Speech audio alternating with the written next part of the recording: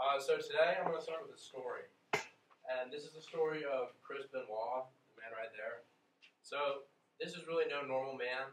This is the Canadian Crippler, as they call him. This is a WWE wrestler who traveled the world performing for thousands of people every night. Now, his signature move was called the diving headbutt. This is where he would climb to the top of a ladder, and as you can get from the name, he would dive off the top of the ladder, plunging his head into the opponent laying on the mat below. Now, performing over 200 nights a year, there has to be some consequence on your brain after doing this that way. Now, he did suffer a lot of concussions through his career, but he never reported anything to the WWE.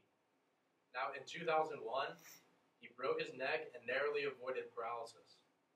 Now, to those who knew him, he was a role model in his profession, he was a family man, he was a great guy.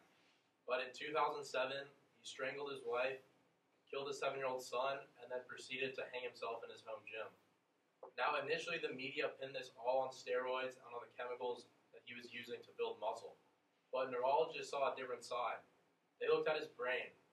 When they performed an autopsy, they found that this 40-year-old man's brain resembled that of an 85-year-old with advanced stages of Alzheimer's. Now, this is a super important story to know today because chronic traumatic encephalopathy, also known as CTE, has played a huge role in sports, has become a bigger and bigger issue as we've gone along. So, today, sports organizations should really shift a lot of their resources on helping slow down or even prevent CTE to really protect people like Chris who are these athletes. Now, before today, had any of you heard of the Chris Benoit story? Now, I hadn't until I read about this weekend, and I felt really conflicted. I felt a huge amount of pain for the wife and the son who were murdered, but also a huge amount of pain for Chris and what he was going through in his mind. Now, this is just one of dozens and dozens of stories of CTE and how it's a wrecking ball in a lot of people's lives. Through my research, I found a huge correlation between CTE and suicide and depression. In a study by JAMA Neurology, they found a link between concussions and white matter, and also a link between white matter and depression. So as we suffer more concussions and build up white matter in our brain, there's a big link between those and depression, which ultimately can lead to these tragic suicides.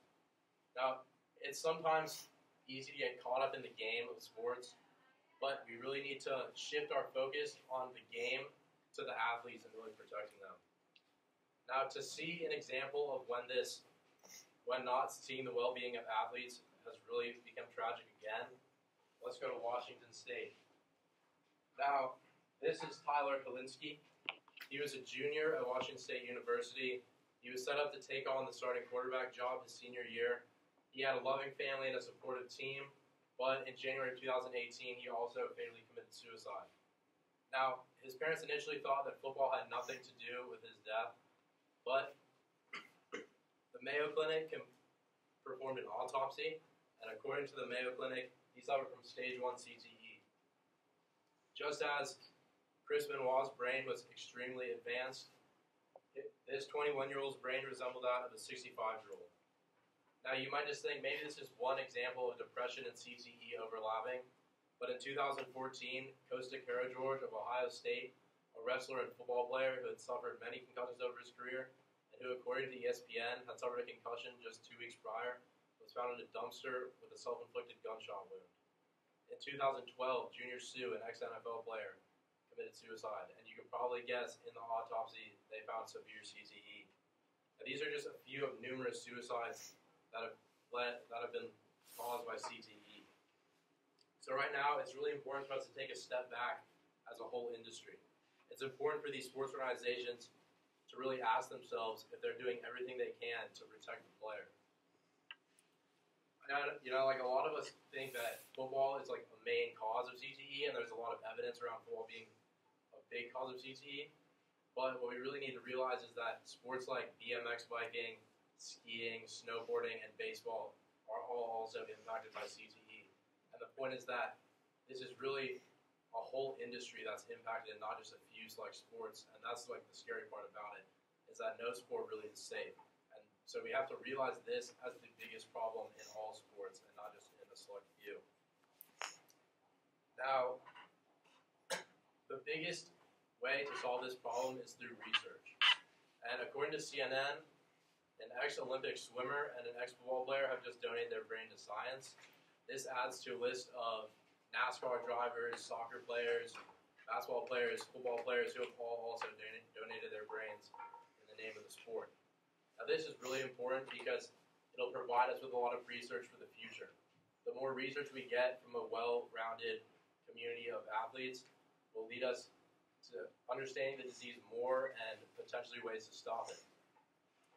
Nancy Hogshead-Maker, the swimmer who donated her brain to science, says that we don't want this just to be a football and men's basketball thing.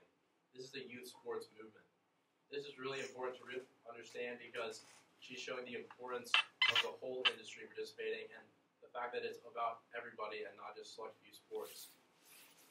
Some other efforts to slow down this problem: the NCAA hired their first chief medical officer, and he's started to sort of help with the mental health aspect. He made a document and sent to 1,100 schools and just worked through eating disorders, suicide, depression, ways that you can see it, ways that you can help, how to just be there for people.